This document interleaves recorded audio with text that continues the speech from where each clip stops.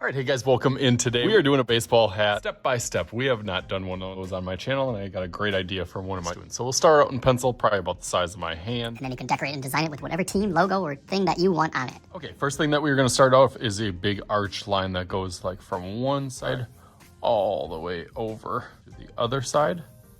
A little darker, now that I'm comfortable. And then it kind of curves around, going kind of this way for that bottom of the brim. And then the brim kind of angles and arches out this way. Has a kind of a funny little curve on it. It goes out and then comes back.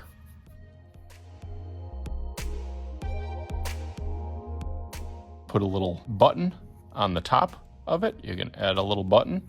And I'm gonna add the lines that kind of connect from that button. One kind of curves out here, and then one will go right towards that middle, just so you kind of know where everything will be set up. I'm gonna go over that in Sharpie, thinking about what design and what logo I'm gonna put on my hat. So let's go through that real fast.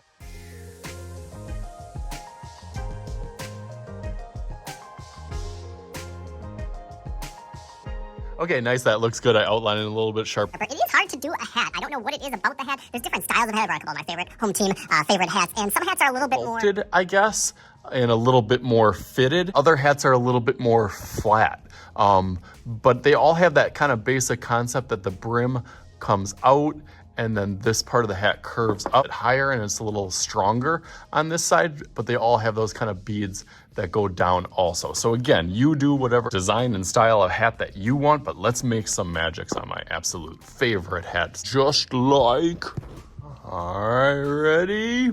Bam! All right, there we go. We got my LA Dodgers blue hat in the middle of a baseball field, since it is kind of a baseball hat. But again, you guys do whatever design or style or logo that you want on your hat. So as always, I am Mr. Shooty. This is Mr. Shooty's art class. We'll talk to you guys later.